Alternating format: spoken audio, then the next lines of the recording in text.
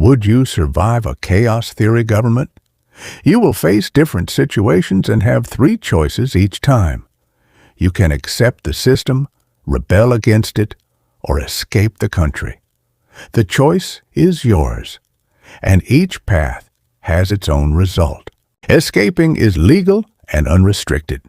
Border guards will not stop people who want to leave. However, the borders are heavily controlled for people trying to return, making re-entry extremely difficult. Rebellion is far more dangerous. Depending on what you do, you could be arrested, imprisoned, or killed. Both rebellion and escape count as the end of your survival run. We will go through the system in levels. Each level will take you to a different place or part of society under this fictional chaos theory government. As you progress in level, consider it your progression and how far you would make it. There are 12 levels in chaos theory society. Each level represents a higher position in society with more power, wealth, or authority. The last two levels will be kept a secret, so don't ruin it for yourself. Level 1. This includes farmers, laborers, miners, shop owners, craftsmen, and other ordinary workers. They make up most of society and have little political power. Level 2. This includes wealthy business owners, major merchants, successful landowners, and professionals with large amounts of wealth. Level 3. These are people with extreme wealth and major economic power. They include industrialists, financiers, corporate owners, and major landowners. Level 4. Mayors lead cities, towns, and other local areas. They are responsible for running their communities and carrying out government policy. Level 5. Governors lead large regions such as states, provinces, or territories. They have much more power than local leaders and oversee major areas. Level 6. Ministers are senior national officials who control major parts of the government. This can include defense, finance, justice, foreign affairs, or infrastructure. Level 7. The cabinet is made up of all ministers and other top officials. They debate, change, propose, and vote on major laws and national policies. Level 8. The Vice Chancellor is the second highest executive official. They assist the Chancellor, help lead the cabinet, and can take over the Chancellor's duties when needed. Level 9. The Chancellor is the head of government and the highest executive official beneath the sovereign. They lead the cabinet and oversee the government. Level 10. The Chief Justice is the highest judicial authority in the state. They lead the Supreme Court and oversee the interpretation of the law. And with that, your journey begins. You wake up on the first day of your life under chaos theory rule. You were either born in this country or immigrated here. The year is 1995. As you get dressed and step outside, the first thing you notice is how clean the streets are. There is almost no trash anywhere. What surprises you more is the lack of police. You barely see any officers patrolling the streets. You decide to ask someone passing by, "Why are there no police around?" The person looks at you and replies, "The government spends very little on police. Most officers only carry a badge and a gun. Some may also have pepper spray, a taser, or a beanbag shotgun. They do not have much else." They continue, "That does not mean there is no police response. Normal violent crimes like assaults, robberies, and fights are usually handled by the police. Officers respond, arrest suspects, and deal with the situation themselves. If it turns into something much worse, like a shootout, a large armed attack, or another major threat, that is when the military gets involved. They have heavier weapons, more training, and far fewer limits on the use of lethal force. When they arrive, the situation is usually treated as a threat to be destroyed, not simply arrested. You look around the quiet, spotless street. You now understand why you rarely see police. The government keeps the police force small and relies on the military when violence becomes too serious for them to handle. What do? Accept, rebel, or escape? If you accept, then the next part of Level 1 begins. As you make your way toward the town center, you notice that very few people are simply wandering the streets. Most people seem to have somewhere to be or something to do. You also notice something unusual. There are no homeless people anywhere, and you do not see any stray animals. Instead, you see animal shelters placed throughout the town. Some streets even have several of them. A poster outside a shelter catches your attention. This clinic follows the lawful order to operate as a no-kill shelter for abandoned, unwanted, or wild roaming animals. It seems that even animals are given some form of protection under the law. However, there are clearly a lot of them. You can hear barking, meowing, and other animal noises coming from inside the shelters. As you continue toward the town center, you notice something else. There are recreational drugstores everywhere. Curious, you decide to enter one, but a clerk stops you before you get through the door. Sorry, you need an ID showing that you are 21 or older. Otherwise, I cannot let you in. You sigh and admit that you are only 18. All right, sorry. When you are 21, you can come back. You then ask, what are the actual laws about this? The clerk nods and explains, recreational drugs are legal for personal use by adults. We sell things like cannabis and psychedelics. Basically, anything natural that comes from the ground is legal for personal use. They pause before adding, unnatural drugs like meth and cocaine are still illegal. Selling them can get you up to 25 years in prison. And trust me, you do not want to go to prison here. You leave the store with a better understanding of how differently this country treats drugs and animals compared to other places. What do? Accept, rebel, or escape? If you accept, then the final part of Level 1 begins. You decide that getting an ID should be your next step, so you make your way to the local town hall. When you enter, you notice the line is far from short. There are around 8 clerks working with at least 5 people waiting for each one. This is where most problems and requests are filed. Some people stand in line, while others sit in rows of chairs holding a calling card with a number. You look around and notice that every case is given a priority. The higher the priority, the faster your request or problem is handled. Looking at the opening hours and then the clock on the wall, you realize some people could spend the entire day here and still never reach a clerk. You decide to take your chances and join an empty line. Above the clerk is a sign that reads, Requests and Issues Priority Request File. You step up to the counter. The clerk smiles and asks, How can I help you today? I need to get an ID, you reply. The clerk pulls up your information and begins asking for your details. They take a photo of you for the card before continuing. First, race is not a legal category here, they say. The government does not recognize race as a legal status. Your ID will simply list you as human. The clerk continues. For gender, we have 3 choices on the card, male, female, or transgender. You will need to choose one for your official record. That is everything we need. Your ID will have your photo, legal name, birth date, species listed as human, gender, and an expiration date 10 years from today. They finish entering the information and hand you the card.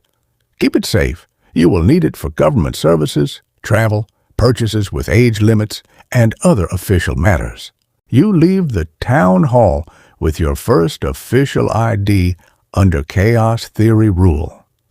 Now that you have your ID, you decide that you need a job to support yourself. You visit the local employment office, which also handles welfare services. The building is surprisingly quiet. There are very few people inside, making it clear that this is one of the less used government services. You walk to the front window and ask the clerk, "I'd like to see what jobs are available." The clerk nods and pulls up a list. Just remember, not every available job is shown here. This list only includes positions currently offered through the federal or local government. You look through the long list. You see jobs for firefighters, police officers, military members, political assistants, city crew workers, teachers, clerks, postal workers, transit workers, utility workers, sanitation workers, park workers, animal shelter staff, emergency dispatchers, construction workers, engineers, medical workers, and more. The clerk points to another section.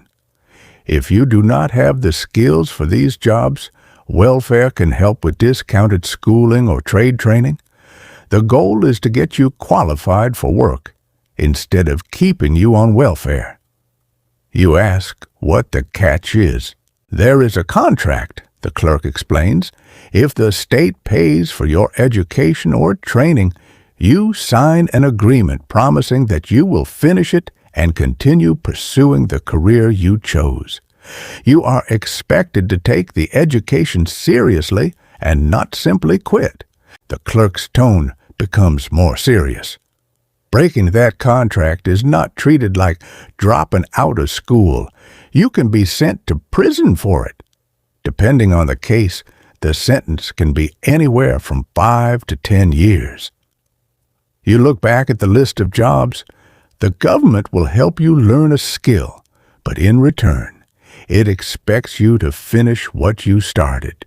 Seeing that the information has clearly caught you off guard, the clerk gives you a small smile. If this sounds like too much, you can always look for work somewhere else. The local farms and shops are usually looking for extra hands. The pay is not as good as most government jobs, but there is no long training contract to worry about. You look back at the list. The government offers many ways to build a career, but taking their help comes with strict rules. Meanwhile, ordinary work may offer less money, but gives you more freedom. You now have several paths ahead of you. Now that you understand how the ID system, employment system, and welfare system work, you have a decision to make. You could accept the system and continue living your life under chaos theory rule. You could rebel against the entire system, knowing that doing so could lead to imprisonment or death. Or you could leave the country, which is allowed, but would end your survival run. The choice is yours. What do you do? Accept, rebel, or escape? If you accept, so begins level 2. Now that you have worked for several years in the career you chose, you have finally earned enough money to be considered rich. You work fewer hours, have more money, and live a much more comfortable life than you did as a commoner. No more microwave dinners or cheap pizza from the discount shop. You can afford better food, better housing, and more freedom with your time. But something new begins when you become wealthy. Your mailbox starts filling with letters from charities, political groups, and other organizations asking for donations. Some letters come from groups like the Women's League, the Father's Party, liberal and conservative political groups, cancer research charities, animal charities, and charities supporting Native communities. Each letter explains what the group wants to accomplish and asks you to contribute money. The political groups explain that donations help them organize, spread their ideas, support campaigns, and push their demands to the cabinet. The cabinet reviews, changes, passes, or removes laws based on the wishes of the country's leaders and the demands of the people. Your money can therefore help support causes that may eventually influence national law. For the first time, you realize that being rich does not only give you a better life, it also gives you the ability to support causes and have more influence over society. As you continue your daily life, you receive an unexpected knock at your door near the end of the month. When you answer, you find a man in a military uniform standing there with 2 soldiers behind him. Hello? This may be new to you, but our records show that your bank holdings have passed the limit for a commoner. You are now required to pay taxes starting next month. He pauses before adding, "This month will be overlooked. We were late in notifying you, so you will not owe anything for the current month." He then becomes more serious. This is not optional. The tax is 10% of the money you hold in your bank account. Your current balance is $567,982. You freeze. You thought only you and the bank knew exactly how much money you had. Yet this man somehow knows the exact amount. He then makes it clear, saying, "That means you will owe $56,798 every month, starting next month." Before you can respond, he turns around and walks away with the 2 soldiers, leaving your property without another word. You stand there in silence, trying to process what just happened. You now need to make more than $56,798 every month just to keep your savings growing. Make less than that for long enough, and you could eventually fall back into the commoner class. The realization hits you like a tidal wave. You begin looking through your finances and quickly understand what this actually means. As a commoner, you never had to pay an income or wealth tax. The only taxes you normally paid were sales tax, when buying things, and gas tax, whenever you filled your vehicle. Now that you are rich, everything has changed. Your wealth itself is being taxed every month. You start doing the math. You have to keep earning enough money to cover the tax while still paying for your home, food, bills, and everything else in your life. Saving money is now much harder because 10% of your bank holdings is taken every month.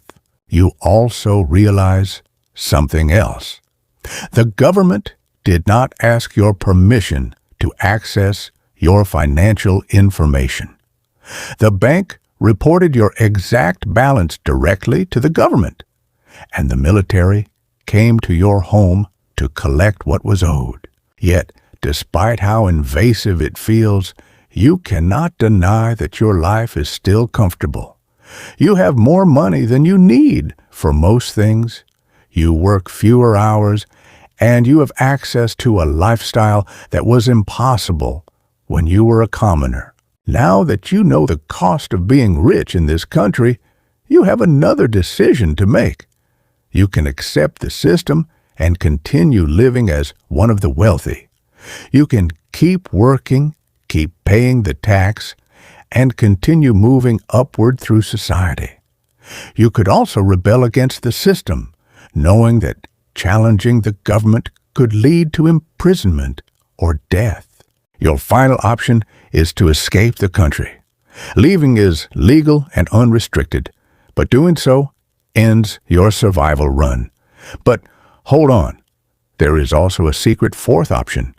You could donate most of your money to one charity or divide it between several charities, then make your first required tax payment. By giving away enough of your wealth, you would fall back into the commoner class and no longer have to pay the monthly wealth tax. This would end your journey through the higher levels. But unlike escaping or rebelling, it means you actually survived. You gave up your wealth and returned to a simpler life. What do? Accept, rebel, escape, or give away your wealth and return to being a commoner. Level 3 begins. You accepted the system and continued fighting for your place. Several years have passed since the first tax notice arrived at your door.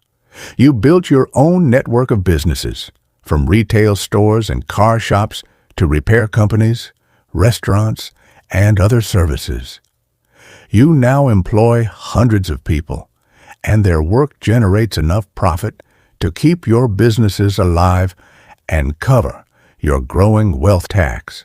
But the richer you become, the more painful that 10% becomes. What was once a manageable payment has turned into millions of dollars leaving your accounts every month. You can afford it, but watching enormous amounts of money disappear year after year slowly changes how you see your success. You are now a multimillionaire and barely work anymore.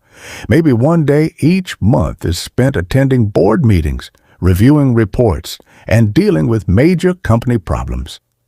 The rest of your time is technically yours. You own expensive cars, a massive home, more food than you could ever eat, and almost anything you could possibly want. Yet, your life begins to feel strangely empty. Your employees work every day while you sit above the entire company. You rarely speak to people without wondering whether they want something from you. Your mailbox is filled with letters from political groups, charities, business organizations, and people asking for donations. Everyone knows you have money, and everyone wants a piece of it. The government already knows exactly what you own. Your bank reports your holdings, your taxes follow your wealth, and your success has made you impossible to ignore. You slowly realize that becoming extremely wealthy has not made you free. It has made you watched, wanted, and constantly reminded that everything you have can be measured. You have reached a point where money cannot give you much more comfort. You already have everything you could reasonably need.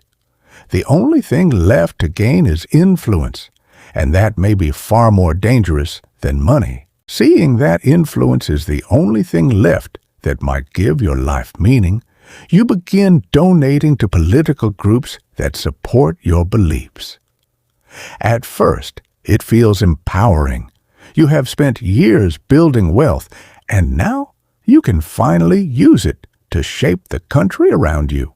But the more you investigate, the darker the system becomes. You discover that communist and fascist groups are completely banned. Both ideologies were outlawed when the Chaos Theory Nation was founded. Their organizations cannot legally exist, spread their beliefs, or take part in politics. Then you keep digging. Anyone under 18 is forced to follow a government curfew. Private schools are illegal. Private health care is illegal. The government controls education and health care, leaving citizens with no private alternative. Jury trials are also outlawed, meaning the accused never gets a jury deciding their fate. Then you discover the rent laws. Landlords are heavily restricted from raising monthly rent, even when they want to. The government decides how far they can go. The more you read, the more disturbing the country becomes. You realize these are not random laws. They form a system built around control. Certain beliefs are forbidden. Certain services cannot exist privately. Certain rights simply do not exist. And the worst part is that you had never noticed most of this while living as a commoner. As your influence grows, other political groups begin noticing where your money is going. It does not take long before the attention turns hostile. Death threats begin appearing online in your mailbox and occasionally in person. Some are obvious jokes or insults, but others are specific enough to make you worry. You begin hiring armed bodyguards to stay with you whenever you leave your home. You are not a politician, yet you are now being treated like one. Everywhere you go, someone is watching. Someone is recording. And you never know whether the person approaching you wants an autograph, a donation, or simply putting a bullet in your head, given the total right to bear arms of any weapon of just about any caliber. Eventually, you take the threats to the police. You show them the messages, letters, and other threats you have received. The officer looks over them and simply says, "Sorry, there is nothing we can do. We have total freedom of speech. Unless there is a credible threat, we cannot take action. People are allowed to say whatever they want." You leave the station disturbed. Then you remember the things you have seen throughout your entire life. You have watched people openly insult the leader, mock their appearance, make cruel jokes about them, and spread memes about them without being arrested. You once thought that was proof of a free society. Now, with armed guards following you everywhere, you begin to wonder if freedom of speech is protecting you from the government while leaving you completely exposed to everyone else.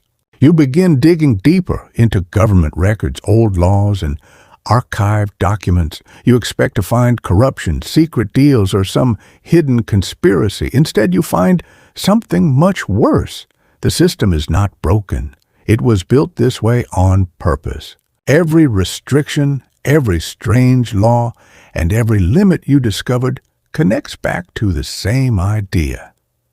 Chaos theory does not trust people with unlimited freedom. It gives freedom only where the government believes it is safe. You realize the country does not need to threaten everyone into obedience. It does something far more effective. It gives people comfort, food, healthcare, education, legal protection, and enough freedom to make them believe they are free. Then you find an old government statement from the founding of the nation. It explains that the purpose of chaos theory is not to create a peaceful society. It is to create an ordered society where chaos is controlled before it can spread. You read the final sentence again and again. Freedom exists where it does not threaten order. You finally understand why rebellion is punished so harshly, why certain ideologies are banned, why the military replaces police during major violence, why the state tracks wealth, why education and healthcare cannot operate independently. The system does not need to watch every citizen. Most citizens watch themselves. They follow the rules because breaking them risks everything they depend on. They obey because life is comfortable enough to make resistance feel irrational. They accept restrictions because the alternative is uncertain. And you realize something that makes your stomach turn. You have spent your entire life climbing this system, believing each higher level meant greater freedom. But every level only gave you more responsibility, more wealth, and more influence inside the same cage. You were never climbing out. You were climbing deeper into it. Do you accept life as it is and continue to fight through? Do you give up and escape? Or do you rebel against the system, finally having enough of the bullshit? If you accepted the system, level 4 begins, and the next 4 years pass in a blur of meetings, campaigns, donations, speeches, threats, and sleepless nights. You spend your days surrounded by people, yet somehow feel more alone than ever. Your security detail follows you everywhere. You check your doors twice before going to bed. You wake up at the smallest noise. Every unknown phone call makes your stomach tighten. Eventually, your paranoia becomes normal. You no longer remember what it feels like to walk through town without looking over your shoulder. You sit in your office for hours reading reports, signing papers, listening to complaints, and deciding what problems deserve your attention. Your life has become a cycle of meetings, paperwork, security checks, and political arguments. You are surrounded by people constantly, but almost none of them feel close. Then one night, while sitting alone in your enormous home, you realize something more painful than the threats. You have no partner. Over the years, you have gone on dates with men, women, or even transgender people depending on your likes. Some were enjoyable, some felt promising. But almost every connection ended after 2 or 3 meetings. The main cause of this is because chaos theory has its own harsh view of marriage. It teaches that marriage is a shackle and a chain placed on both men and women. Women are told they belong to no one and bow to no one. Men are taught the same idea of personal freedom. Marriage is still legal for those who willingly choose it, but once you enter one, divorce is not allowed. Now, you sit alone in your home, surrounded by things that were supposed to make your life better. You have money, influence, power, a respected position, and people who answer when you call. But when the day ends and the doors close, none of those things speak to you. You finally understand that you spent years gaining everything the system promised you, only to discover that none of it could give you the one thing you quietly wanted. Someone who stayed. And tomorrow morning, you still have to wake up and be the mayor. By becoming mayor, the idea of rebelling is no longer something you seriously consider. You are now part of the government itself, and the moment you took office, your old security arrangements disappeared. The bodyguard who had stayed with you for years, someone you had grown close to and trusted, was dismissed. In his place came a military convoy. You are now protected by soldiers everywhere you go. Your schedule is no longer truly yours. When a minister summons you, military transport arrives and takes you to the capital. You do not simply drive there or decide when to leave. You go when you are ordered to go. The hierarchy expects lower-ranked officials to obey the people above them just as strictly as soldiers obey their commanders. Most days are miserable. You spend hours being yelled at, insulted, and told that something in your city has to change. A road is not being repaired fast enough. Crime numbers are too high.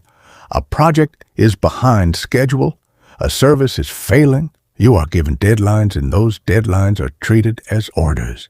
Miss them, and the threats begin.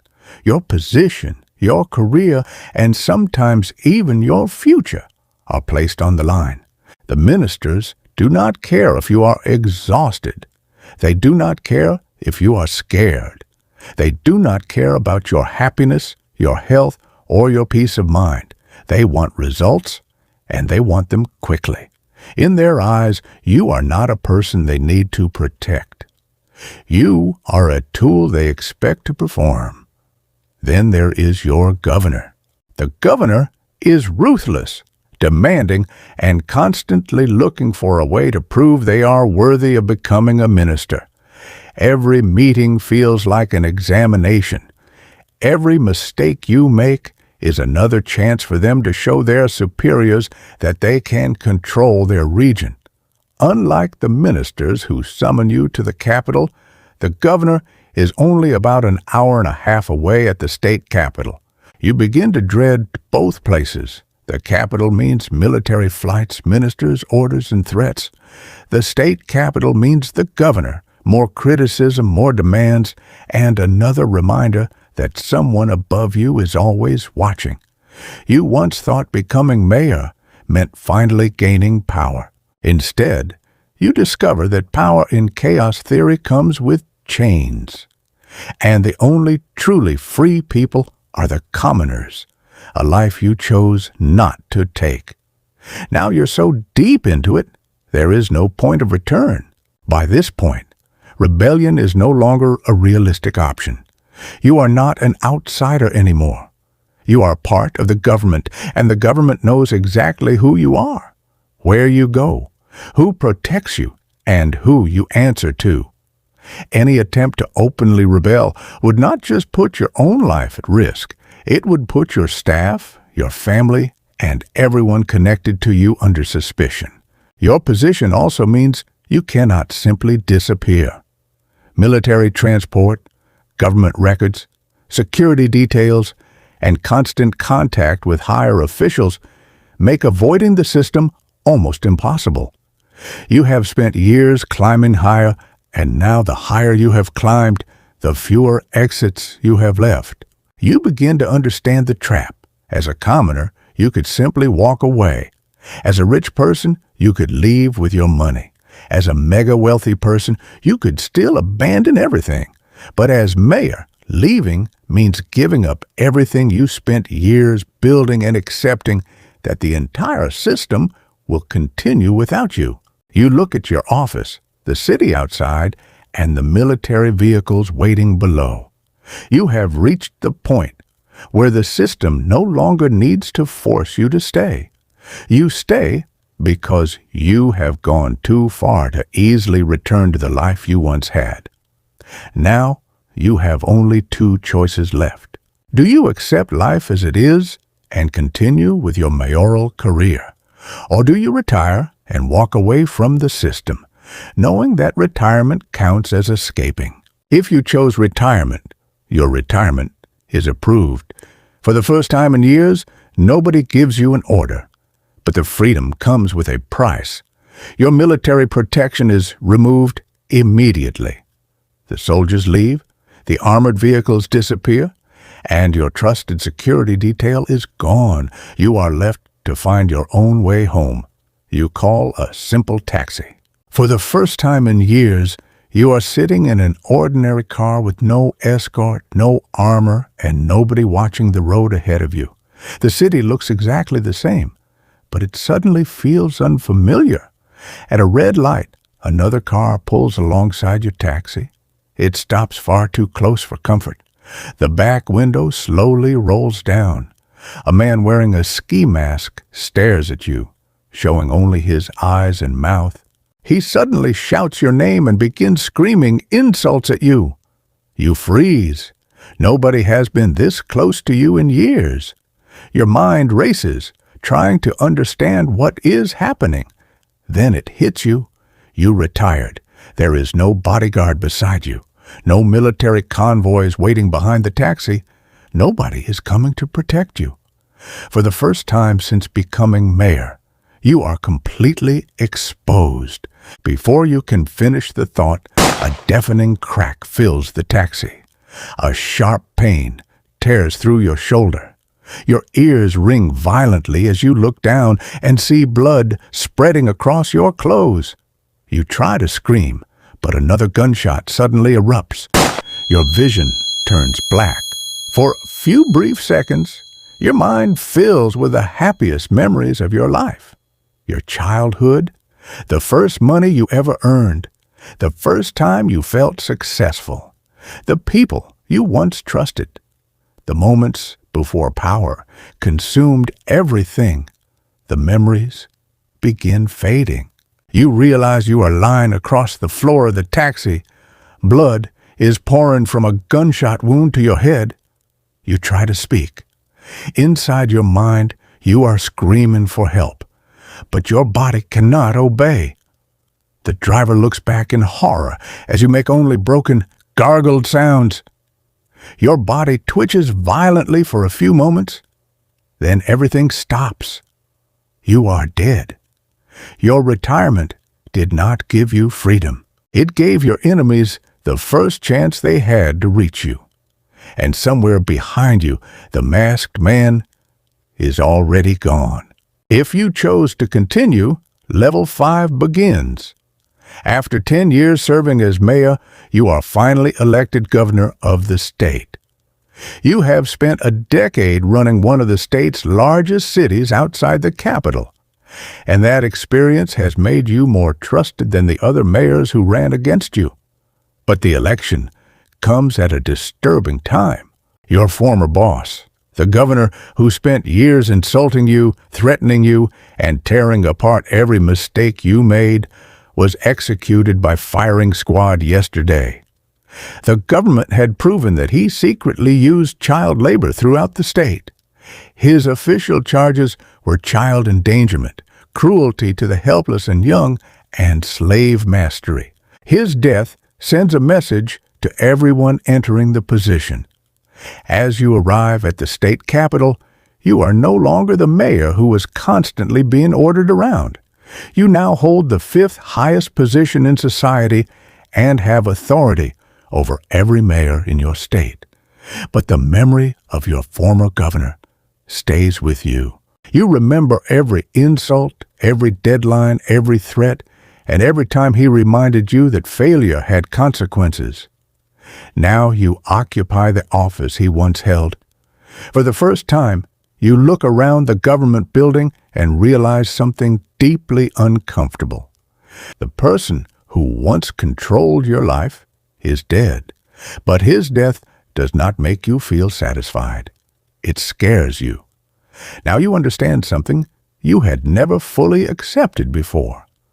If you had done something like this during your time as mayor, the result would probably have been exactly the same for you. You would not have been protected by your position. You would not have been forgiven because of your rank. You would have been arrested, judged, and possibly standing before the same firing squad. You look at the governor's office differently now. You are sitting in the same position he once held, knowing that the government gave him enormous power, but never enough power to stand above the law. And that means you now have enormous power too. But you are also standing directly beneath the blade. As you begin your duties as governor, your days are filled with answering calls, reviewing reports, and summoning mayors and civil servants to your office. Unlike your former governor, you choose a different way to lead. You are firm when people fail, but you do not insult them, mock them, or tear apart every small mistake. You want to prove that a government can demand results without treating its workers like garbage. For a while, it works. But slowly, several mayors and state workers begin taking advantage of your approach. They become less careful. Deadlines are missed, duties are ignored, and small problems begin piling up. You rarely speak with the ministers above you unless something truly serious needs their attention. So the problem grows without you realizing how closely they are watching. Then, without warning, you are summoned to the national capital for an informal meeting with several ministers. You enter the room and immediately notice the papers spread across the table. They motion for you to sit. Nobody says a word. Then it starts. The ministers explode at you almost all at once. They accuse you of running a weak, careless, and lazy civil government. They point to missed deadlines, neglected duties, poor management, and even absurdly small failures. One minister angrily holds up a report about a box of pens that was requested but not delivered within the same hour. You almost cannot believe what you're hearing. But they continue. They tell you that the pens are not the real problem. They are proof in their eyes that your government is beginning to decay from the smallest level upward. If your administration cannot handle something as simple as delivering office supplies on time, they argue, how can it possibly be trusted with larger matters? Then comes the threat. The ministers tell you that the cabinet can vote to remove you from office if things do not change, and they expect those changes quickly. Your election by the people does not protect you from them. You are dismissed from the meeting and allowed to leave without ever being given a chance to defend yourself. Every time you tried to speak, a minister spoke over you. They did not care about your reasons, your intentions, or what you were trying to accomplish. To them, the only thing that mattered was results. You leave the Capitol with rage burning inside you. You were not even allowed to explain yourself. You were elected by the people, yet a handful of ministers could threaten to remove you without caring what you thought. The next morning, you change. You become harsher with your mayors and civil servants. Deadlines become strict. Mistakes that you once tolerated are punished. You begin demanding faster results, longer hours, and absolute obedience. At first, you tell yourself this is temporary. You're simply trying to keep your position and prove the ministers wrong. But it keeps happening. Every missed deadline makes you angrier. Every mistake reminds you of that meeting. Every time someone tries to explain why something went wrong, you hear the voices of the ministers speaking over you. Eventually, you stop listening altogether. Then one day, you realize you are doing it without even thinking. You are insulting people. You are mocking mistakes. You are tearing apart employees over things that barely matter. You are making impossible demands and threatening people with the same cold tone that was once used against you. You have become the same functional asshole who once sat in this chair. Not because you wanted to become him, because the system slowly taught you that this was the only way to survive. You spend a total of 12 years as governor. By the time your second term and years of service finally come to an end, you are somewhere between 40 and 50 years old. You have survived the position, fixed the problems in your state, and become one of the most experienced governors in the country. Then one morning, a letter arrives. It is from the highest office in the country. Alongside the letter are the names of the chancellor and vice chancellor. You have heard about meetings like this before. When a governor is summoned by all three, there are usually only two possible outcomes. You are either being forced into retirement, or you are being offered a position as a minister. A week later, you arrive at the national capital. Military transport brings you to the government district, and you make your way into the leadership building. You arrive on time, even a few minutes early. Eventually, you are brought before the highest leader of the country. Their official title is the Sovereign, but that title depends on their political beliefs. Leaders closer to the left or right have used different titles throughout the nation's history. Some called themselves king, others called themselves president. Two previous leaders even demanded to be called director and dictator. The title sovereign is generally used by leaders who consider themselves somewhere between both sides, believing the country should balance left and right ideas rather than fully commit to either.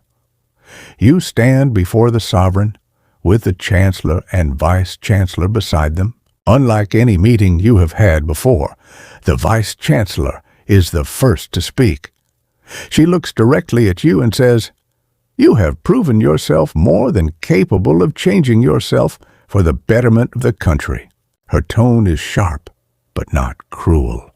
She continues, "It is my professional and legal position that I, along with the Women's League, fully support and endorse the governor before us as minister material."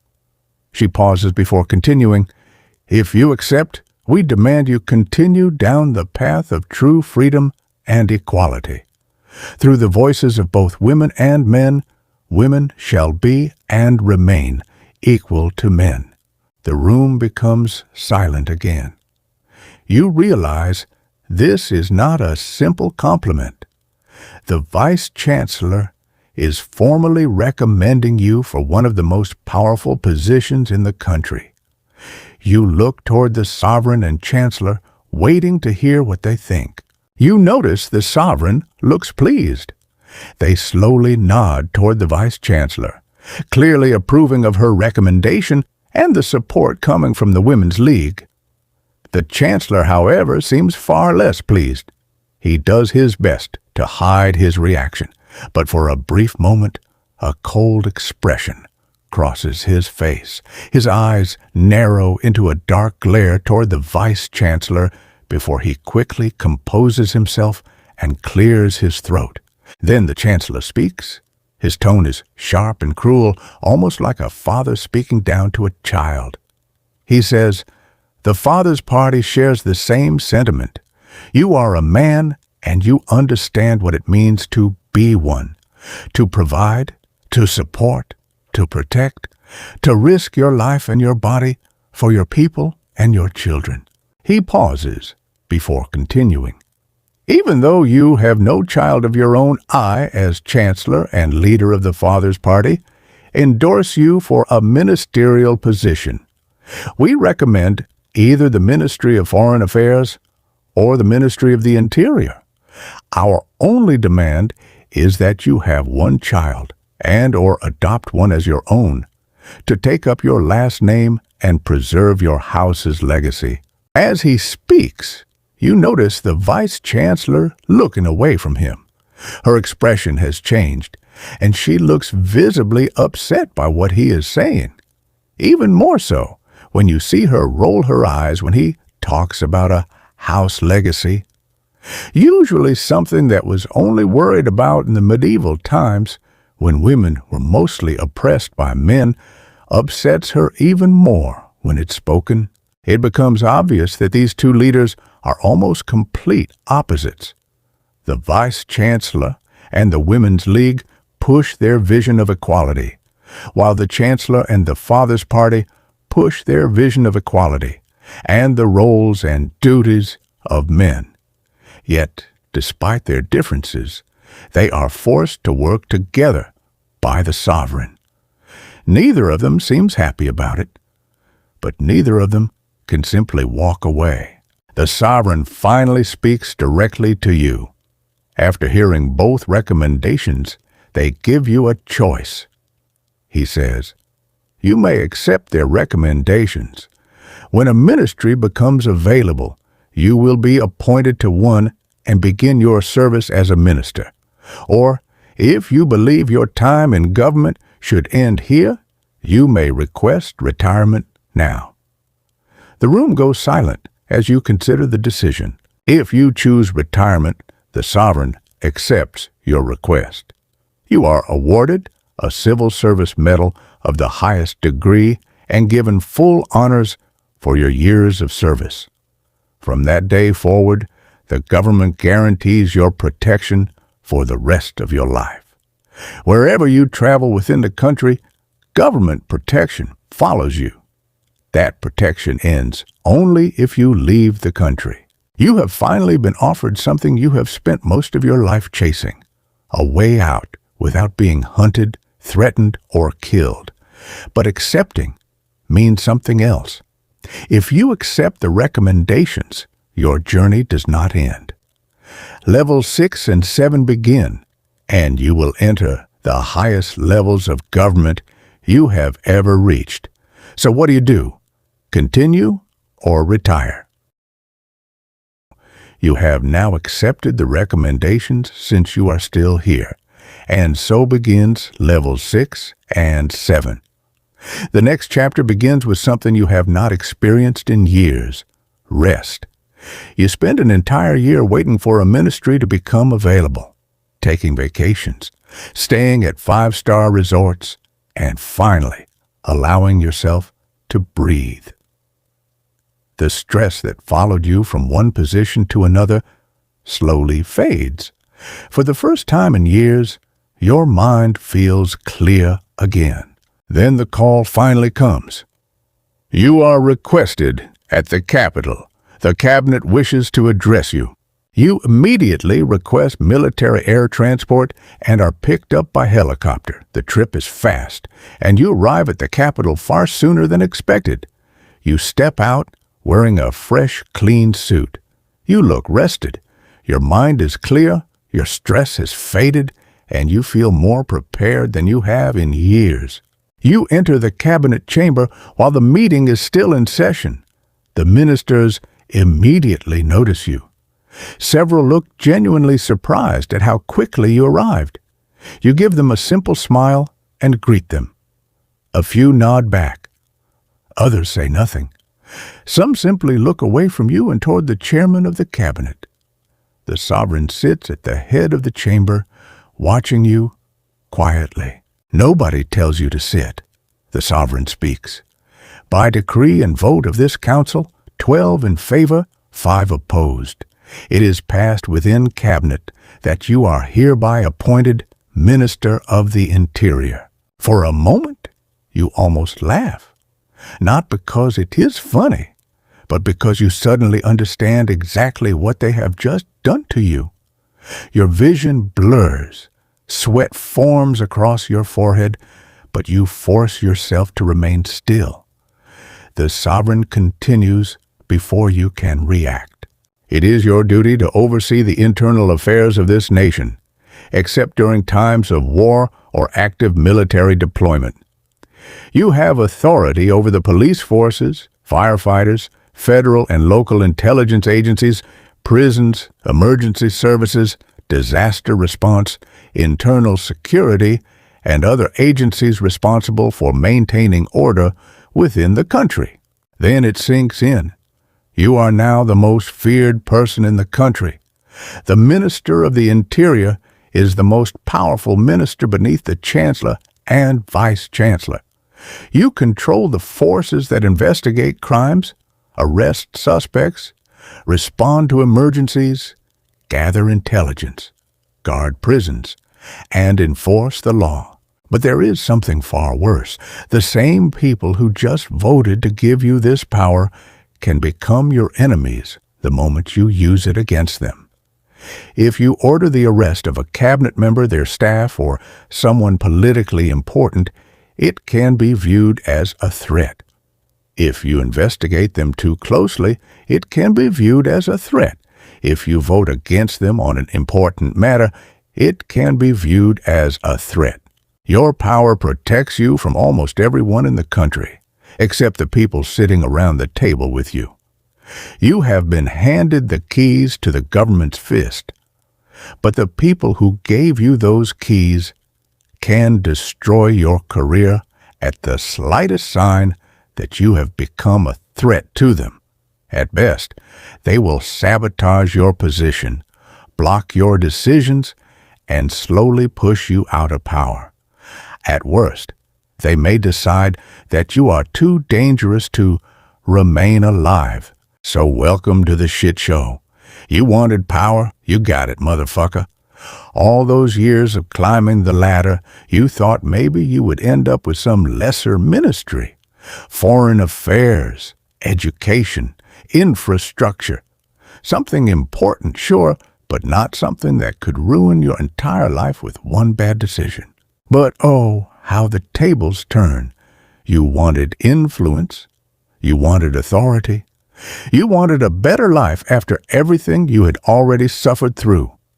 Instead, you have been handed one of the most powerful and dangerous positions in the entire country. And there is absolutely no way out now.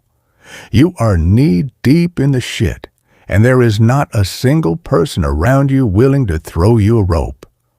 The people above you can destroy your career. The people below you fear you. The people beside you are watching for weaknesses. And somewhere outside these walls are millions of people who may never even know your name, but whose lives can be changed by a decision you make in one meeting. You finally got the power you wanted. Now you have to live with what comes with it. So now isn't the time to be a bitch. And remember, you and you alone wanted this. The following week, after being given time to prepare, you officially begin your duties as Minister of the Interior. At first, it feels almost normal. You are given offices, security, staff, files, reports, and access to records that most citizens will never see. Then you are handed something far more dangerous than a weapon: access to the history your country refuses to teach in schools. You begin reading about the leaders who built the nation. Eventually, you reach the name of the first leader and founder, Joseph Kepler. At first, he is presented as a brilliant political thinker, the creator of chaos theory, and the man who designed the entire system of government. But the deeper you read, the more disturbing the truth becomes. Before founding this country, Kepler was a member of the Nazi Party under Adolf Hitler. His records show years of apparent loyalty. He served the regime, followed its orders, and remained close enough to its inner workings to see how it operated from the inside. Then something changed. Your records suggest that the loyalty may have been an act, or perhaps Kepler had been waiting for the right moment all along. When that moment came, Kepler turned on Hitler. He was the man who organized and led the coup against Hitler's government, helped destroy the Nazi Party from within, and became the single most important force behind the destruction of fascism in his time. You almost find it admirable. Then you keep reading. Kepler did not replace fascism with freedom. He replaced it with his own system. His government became fiercely hostile toward fascists, Nazis, and communists alike. His forces hunted political enemies, crushed communist movements, and fought brutal wars against the Soviet Union. The same man who had helped destroy fascism had built a state willing to hunt its enemies with the same cold determination. Then you reach the final entry. Joseph Kepler was eventually assassinated. No killer was ever officially identified. No confirmed motive was ever established. No one knows who ordered it, who carried it out, or whether the assassin was acting alone. You stare at the page for a long time. The founder of your country was a Nazi who destroyed fascism, a man who hated communism, yet became the architect of a system built around control, a man who preached order while creating a government where enormous power was placed into the hands of a few. And now you are sitting in the office of the ministry that controls the internal security of the nation he created. You keep reading. You continue reading through the history, expecting to find a pattern that might explain how chaos theory became what it is today. Instead, every leader seems to have left behind another piece of something much darker.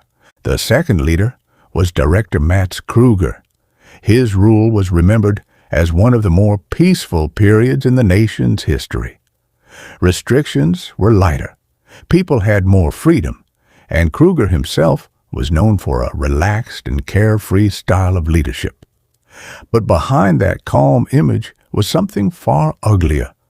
Kruger built a harsh labor system around naval construction, using prisoners as forced labor for Navy vessels. The practice continued until the cabinet finally outlawed it. Kruger eventually resigned after the cabinet gradually stripped away parts of his power, leaving him unable to govern the way he wanted. Then came dictator Alfred Saller, the third leader, remembered as the beginning of the era of watching. Under Saller, the nation's spy networks tripled in size, both in manpower and reach. He ordered the widespread tapping of telephones and created the foundation for the surveillance systems that would eventually monitor internet use and cell phones. The records never directly state that Saller ordered mass disappearances, but the numbers are difficult to ignore. Thousands of people disappeared during his time in power, and many were never seen again. No explanation for most of them was ever officially recorded. Next comes Queen Victoria, the first monarchist leader and the first woman to rule the nation. Her rule was ruthless and deeply traditional. She restored noble courts, noble houses, and political power for the nobility. Arranged marriages returned, and the old class system began creeping back into government. She was also deeply hostile toward new technology and refused to invest heavily in scientific research. The result was devastating. The country fell behind the rest of the world technologically by roughly a decade, and the period became known as the Great Recession. Eventually, the common people had enough. Victoria was removed from power after a coup by the commoners. The capital itself was never breached. Instead, a massive and deadly confrontation unfolded outside, with police, military forces, and angry civilians fighting in the streets. The violence finally stopped when the Queen announced her resignation, marking her also as the first leader couped by the people. Then you reach the fifth leader, Ron Mullah. Unlike the leaders before him, Mullah chose the title, sovereign. He is now well into his late 70s or early 80s and remains one of the most important figures in the nation's history. His era is known as the Great Binding, the period when the different forms of chaos theory were brought together and refined into what the country considers its ideal system. Under Mullah, the nation claims to have finally achieved what every previous leader failed to accomplish: a balance between the political left and right. The Great Binding supposedly perfected the system, combining opposing beliefs into one government where neither side could completely dominate the other. You finally put the history files down. You have spent hours reading about coups, forced labor, disappearances, surveillance, brutal rulers, and political power struggles. You decide you have had enough for one day. You go home, sleep, and tell yourself tomorrow will be more ordinary. It is not.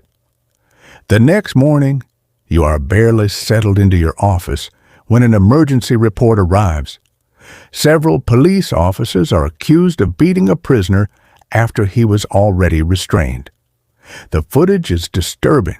The public is furious, and the police department is demanding that you defend the officers until an investigation is complete. At the same time, another report says the prisoners suffered serious injuries while in custody. Before you can even finish reading it, another file lands on your desk. A state official has been accused of leaking restricted government information. Intelligence believes the information may have been sold to a foreign contact. You are expected to authorize an investigation, protect the evidence, and decide whether the official should be arrested. The following day brings something even worse. Your intelligence network intercepts information suggesting that a foreign government may be planning an operation inside your country. Nobody knows exactly what they are planning. You are told to keep the information secret while your agencies investigate. You spend hours listening to intelligence officers argue over whether they have discovered a genuine threat or a trap. The next morning, another crisis appears. A major city has erupted into violence after a police shooting. Demonstrators are filling the streets, businesses are closing, police are being attacked, and military commanders are asking whether they should be deployed, which no longer makes it a you problem, but a problem for the Ministry of War, thus making you look like a fool. You have to decide how much force can be used before the situation becomes a massacre. Then comes another report. One of your intelligence agencies has discovered that someone inside the government has been secretly copying classified files. Nobody knows who yet. Hundreds of employees could have had access. You authorize an internal investigation and suddenly realize that the people working around you could be reporting directly to a spy. The following day, your emergency phone rings again. A border security unit has stopped a person carrying documents that appear to belong to a foreign intelligence service. The person refuses to speak. The documents suggest someone inside your government has been meeting with this foreign agent for months. And as you are taken to the man who refuses to speak, you notice something you were never told about. Even without your order, the man has been tortured. The moment the door opens, the smell hits you. It is thick and metallic, like the inside of a slaughterhouse. The smell of blood, sweat, and bodily fluids fills the room and sticks to the back of your throat. The first thing you notice is his missing eye. Then you see that his toenails have been ripped away. His face is swollen and covered in bruises. One side of his mouth split and dried with blood. Several of his fingers are badly damaged, and dark bruising covers his arms and legs. You notice injuries that you cannot even bring yourself to look at for more than a second. You freeze. Your stomach turns violently. You try to breathe through your mouth, but it only makes the smell worse. You gag, stumble backward, and vomit onto the floor. You have seen violence before. You have read reports about it. You have ordered arrests and investigations. But you have never stood in a room where a human being has been treated like this. Nobody stops you. Nobody explains themselves. Nobody even seems surprised. You look at the prisoner for a moment, then at the people in the room. You have no idea what to say. You simply nod, turn around, and walk back out. For the first time since becoming minister, you realize there are things happening under your authority that even you cannot fully control. You now face the darkest decision of your entire journey. The law requires you to serve a minimum of 5 years as Minister of the Interior before you are allowed to retire normally. If you continue, you must spend those years dealing with everything that comes with the position, the emergencies, the bloodshed, the political games, the secrets, and the knowledge that people under your authority are capable of things you never imagined. But there is another way out, and it is a horrifying one. If you resign before completing your 5-year obligation, the government can sentence you to 8 years in prison for abandoning your post. At your age, after everything you have already endured, you are convinced you would never survive that sentence. The thought of prison terrifies you. The thought of staying terrifies you. And after seeing what happened in that interrogation room, you begin to understand just how badly this job has broken and changed you. For the first time, there appears to be no good choice left. You can remain Minister of the Interior, endure the minimum 5 years, and eventually retire with your life intact. You can try to endure the pressure and hope you make it to the end. Or you can choose to end your own life rather than face either the prison sentence or another 5 years inside the machine.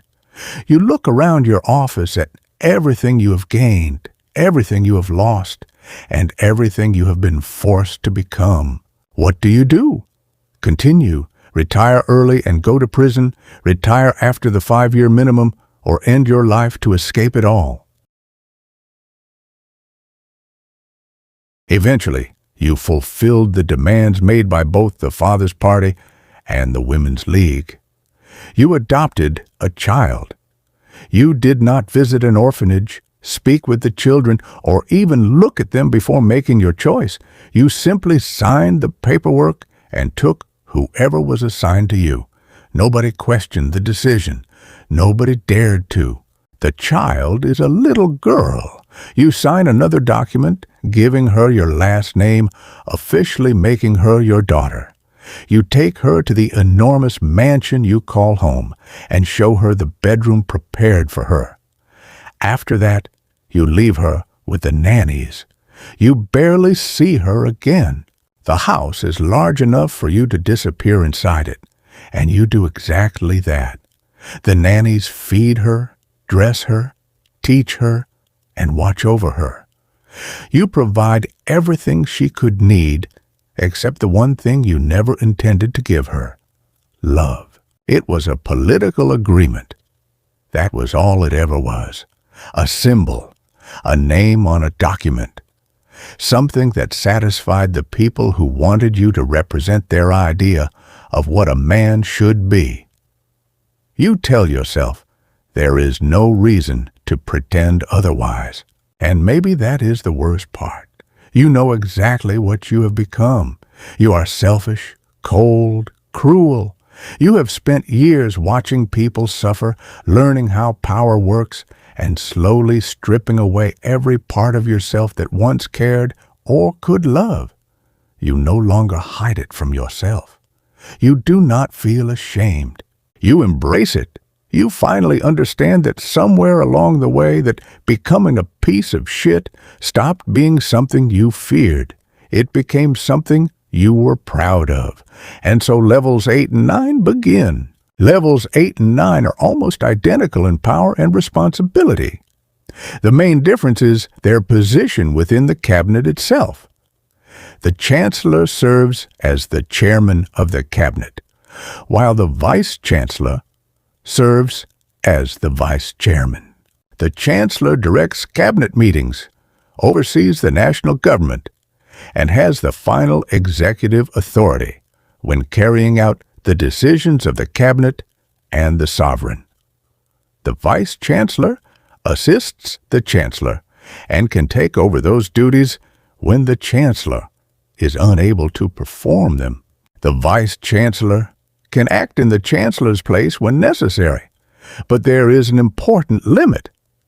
The vice chancellor cannot independently pass laws or fully exercise the cabinet's authority unless the cabinet is fully present or the chancellor is unable to perform their duties. In practice, this means the two positions work almost as one. The chancellor leads the cabinet, while the vice chancellor stands directly behind them. When the chancellor is present and able to serve, the vice chancellor supports and assists. When the chancellor is absent or incapable of performing their duties, the vice chancellor can step forward and keep the government functioning. After everything you have survived through the lower levels of chaos theory, this is where power stops being something you simply hold and becomes something you are expected to carry. You are no longer just responsible for yourself, your city, or your state. You are now standing at the top of the government, with the weight of the entire nation resting on your decisions. You are summoned to the sovereign's office. Ron Mueller has ruled the nation longer than any leader in its history, and by now he is in his mid-80s. He looks at you, gives a slow nod, and says, "I have chosen you to become chancellor. Normally, you would be required to serve as vice chancellor first, but I have decided that you will not. I am impressed." He turns toward the window and stares outside for a few moments. Then, without looking back, he asks, "Do you ever wonder why you never see retired or former ministers of the Interior?" "No, not really," you answer. Mueller gives a quiet chuckle and sighs before turning back toward you. His face is completely neutral. "That is because you are never truly allowed to leave that position, not unless you die. If you attempted to quit tonight, you would be murdered before morning." The words strike you harder than anything he has said before. For a brief moment, the truth cuts through everything you have become. Then the feeling disappears.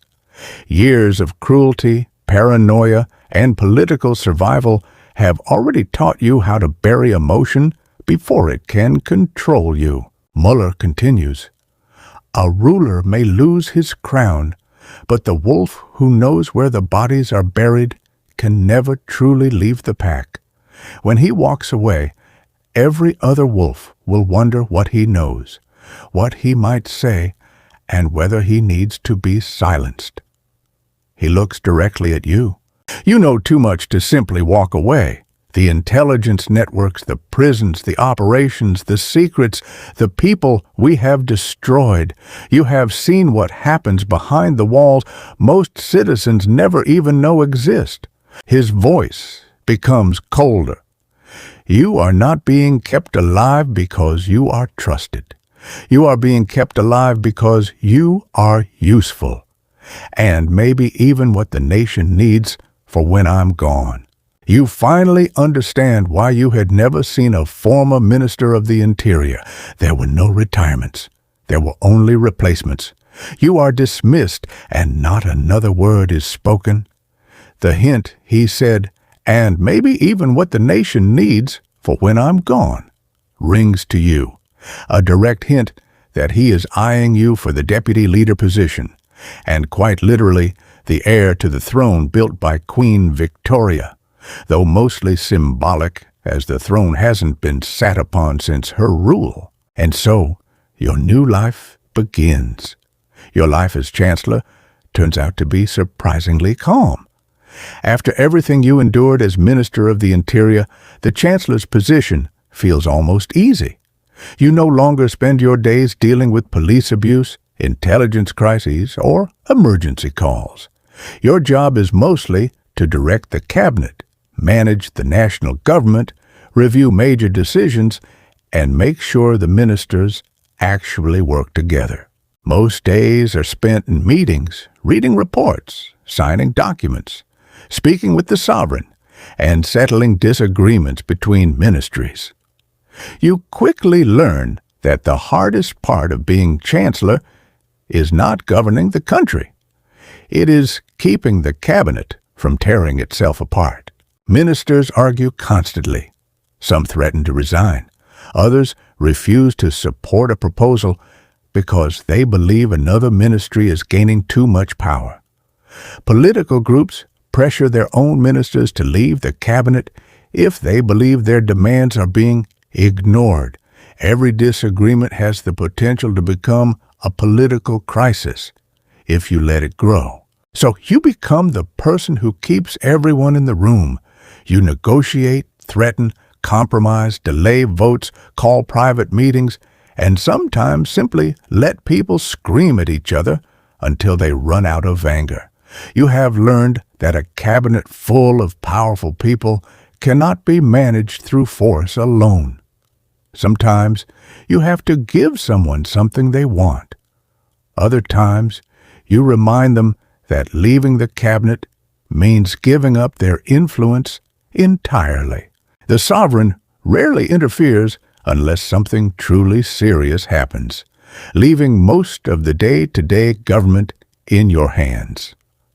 The Vice-Chancellor works closely with you, acting as your second and stepping in whenever you cannot perform your duties. For once, your position is not constantly trying to destroy you. You can actually breathe. The work is serious, the responsibility is enormous, and the arguments can become exhausting. But compared to everything you have already survived, the Chancellor's office almost feels peaceful. Your greatest enemy is no longer the government. It is the cabinet turning into a circus. You quickly learn that keeping the cabinet together sometimes means doing things you never wanted to do. Some ministers simply cannot work with one another. Others become so obsessed with their political parties that they stop serving the government entirely. You spend countless hours forcing compromises, calming tempers, and reminding everyone that the country cannot be governed if the cabinet is constantly threatening to tear itself apart. Eventually, compromise stops working. You are forced to remove several ministers from their positions. Each time, you must explain your decision directly to the sovereign. You present reports, failures, arguments, and evidence, showing why keeping them in the cabinet would do more damage than removing them. Some are dismissed for refusing to perform their duties. Others are removed for openly sabotaging cabinet decisions or allowing their political loyalty to overpower their duty to the state. It is uncomfortable, but you discover that sometimes the only way to stop the circus is to remove the people keeping it alive. 2 years pass. Then you receive another summons to the sovereign's office. When you enter, Mullah looks older than you remember. He sits quietly for a moment before speaking. You have done well as Chancellor. You kept the cabinet together when I expected it to collapse.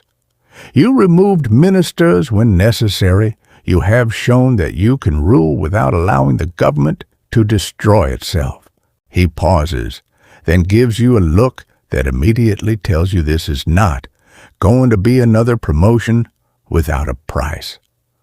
I want you to become deputy leader. The words hit you harder than expected. You already understand what the position means.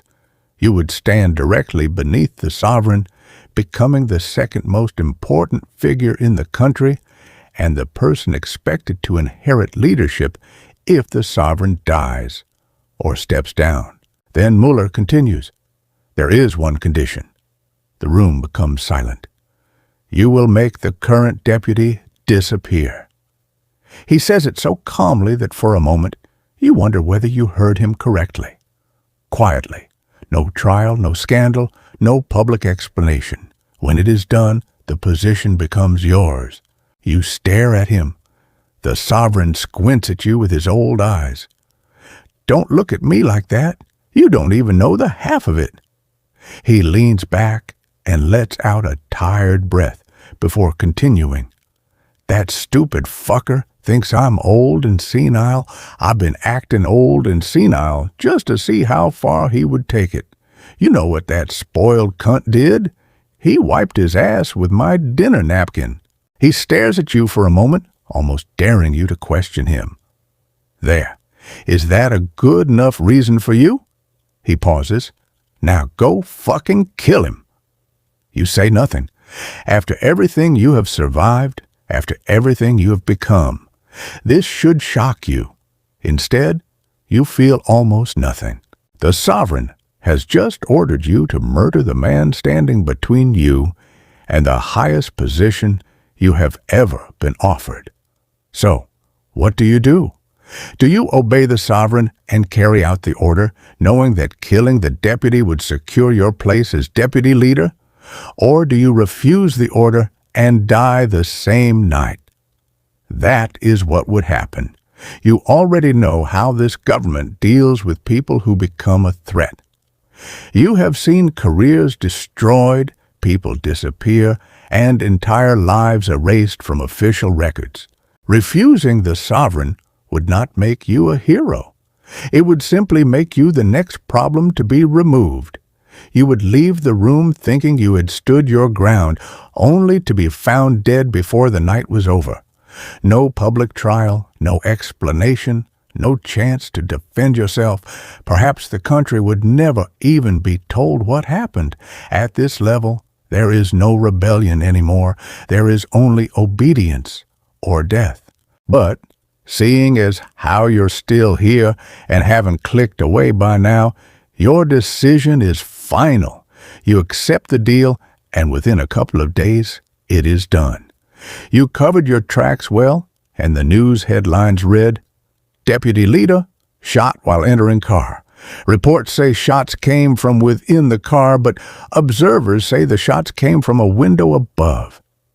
The story gets investigated for a short time, then eventually fades away like so many other strange deaths before it. After that, your life as deputy leader is surprisingly peaceful. You spend most of your days reviewing reports, meeting with ministers, speaking with the sovereign, and preparing for the day you may have to take over. There are no constant emergencies, no military convoys chasing after you, and no ministers screaming in your face over a box of pins. Most days are quiet. The only time you are regularly called into action is when the sovereign needs you to represent the country abroad. The leaders of chaos theory never leave the nation's borders, so foreign travel falls almost entirely on you. You travel to other nations and meet presidents, kings, prime ministers, dictators, generals, and other heads of state. You attend ceremonies, negotiate trade agreements, discuss military cooperation, arrange intelligence sharing, and make promises on behalf of the nation. Publicly, these visits are about peace, trade, friendship, and cooperation. Privately, they are often much darker. Behind closed doors, you negotiate deals the public will never hear about. Secret intelligence exchanges, resource agreements, military access, political favors, private guarantees, and quiet agreements to look the other way when something benefits both governments. You begin to realize that the world shown to the public is only a fraction of what governments actually discuss. Then, after years of this strange and almost peaceful life, the call comes. The sovereign is dead. The country enters mourning. But inside the government, there is no confusion about what happens next. You are brought before the proper officials, sworn in, and formally recognized as the new ruler of chaos theory. After everything you have survived, you have finally reached the end of the ladder. Congratulations! You are now the leader of chaos theory on Earth. You stand above every minister, every governor, every mayor, and every other official beneath you. You have the authority to propose laws, change national policy, appoint and dismiss officials, alter government policy, and reshape the country according to your vision. For the first time, you are no longer waiting for someone above you to approve your existence. You are the person everyone seeks approval from. But there is one final thing you must decide: your title. You may call yourself president, which gives your rule a more modern and democratic appearance. The people may see you as a political leader, chosen to guide the country, rather than a traditional ruler. You may choose king, which gives your reign a sense of tradition, monarchy, strength, and hierarchy. You may choose director, which makes your government appear cold, organized, and focused on administration and control. Or you may choose dictator, a title that leaves almost nothing to the imagination and tells the country exactly how you view your authority. Whatever title you choose will shape how people understand your rule before you even make your first major decision. Once the title is chosen, you finally understand something terrifying. You are at the top. Nobody can simply remove you. No minister can fire you. No governor can threaten your position. No cabinet member can vote you out of office. You have reached the one position in chaos theory where the system itself now bends around you. But even here, there is still one final limit. The cabinet can challenge your decrees. If you issue an order through your lawful authority and the entire cabinet unanimously votes to annul it, your decree is canceled. They have done this before to previous leaders, and it remains one of the few tools they possess to resist the person above them all. So, you are finally at the top of chaos theory. You survived the streets, the wealth, the taxes, the politics, the threats, cabinet, the prisons, intelligence networks, the bloodshed, and the people who tried to destroy you. Now, the country belongs to you.